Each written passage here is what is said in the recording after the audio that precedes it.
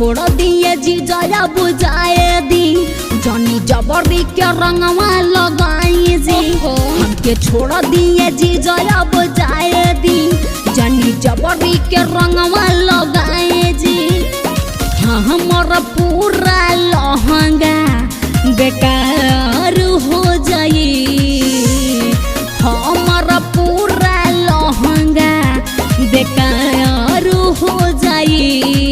अरे तू रे साली रंग दे हब चोलिया का कहला लहंगवा लाल लाल हो जाई। अरे भगवान साली रंग दे हब चोलिया लहंगवा लाल लाल हो जाई। अरे अरे अरे दूर हटी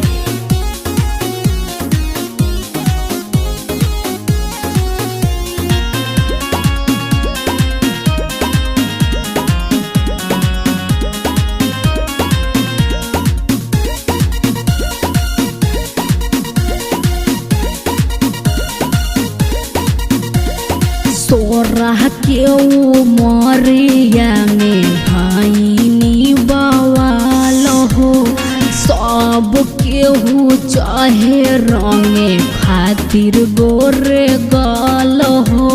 अरे दूर हटी कौन सी उमरिया बहो गोरी धीरे धीरे डालब आई मजा हो। अरे तनिको शर्म करो हमरा से रंगवा लगवाला हो।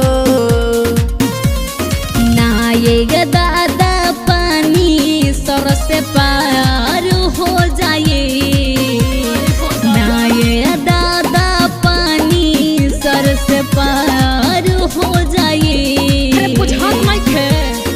साली रंग दे हम चोलिया तोहार लहंगवा लाल लाल हो जाए।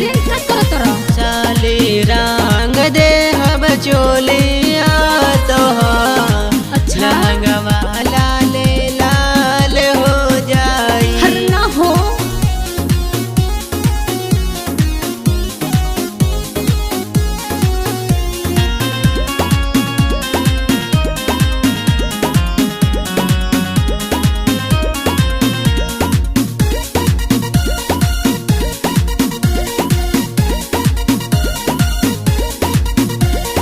डाली जनी रंगवा ये जीजा हमर भीतरिया लमहर पिचकारी देखी डहरत शरीरिया।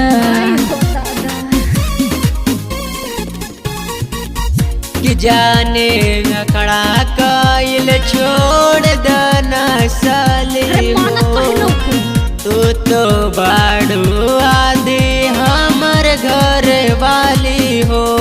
बुझल कर जीजा रजस जी सोचल कबो ना पूरा हो पाए जीजा रजस जी सोचल कबो ना पूरा हो पाए बुझाई ना। साली रंग दे हब चोलिया तोहार लहंगवा लाल लाल हो जाई।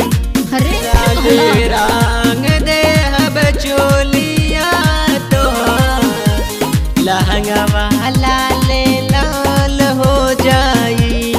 अरे भगवा की ढेर नौटंकी करबा।